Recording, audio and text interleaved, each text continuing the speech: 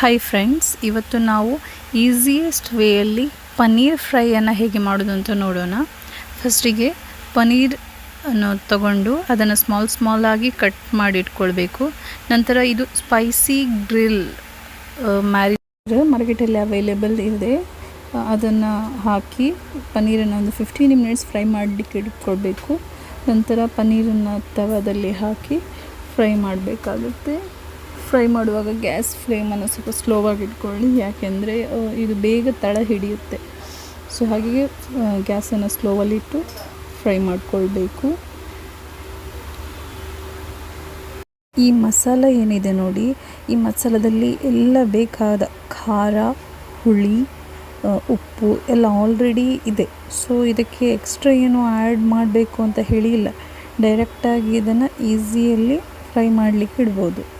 ಇದು bachelors recipe ಅಂತ ಕೂಡ ಹೇಳ್ಬೋದು. ಮತ್ತು ಯಾರಾದರೂ ಗೆಸ್ಟ್ ಬಂದರೆ ಏನು ಕರಿ ಇಲ್ಲ ಅಂತ ಹೇಳಿ ಆದರೆ ಇದನ್ನು ಬೇಗ ಮಾಡಿ ಫ್ರೈ ಮಾಡ್ಕೊಳ್ಬೋದು. ನೋಡಿ, ಇವಾಗ ಇದು ಫ್ರೈ ಆಗ್ತಾ ಬಂದಿದೆ. ಲೋ ಫ್ಲೇಮಲ್ಲೇ ಇಟ್ಟು ಫ್ರೈ ಮಾಡ್ಕೊಳ್ಬೇಕು. ನಂತರ ಒಂದು ಪಾತ್ರೆಗೆ ಅದನ್ನು ಟ್ರಾನ್ಸ್ಫರ್ ಮಾಡಿ ಇಟ್ಕೊಳ್ಬೇಕಾಗತ್ತೆ. ಆ ಬಾಣಲೆಯಲ್ಲೇ ಯಾವುದು ತವದಲ್ಲಿ ನೀವು ಫ್ರೈ ಮಾಡ್ತೀರಾ ನೋಡಿ, ಆ ತವದಲ್ಲೇ ಪನ್ನೀರನ್ನು ಇಡಬೇಡಿ. ಯಾಕೆ ಅಂತ ಹೇಳಿದರೆ ಅದು ಗಟ್ಟಿಯಾಗುತ್ತೆ.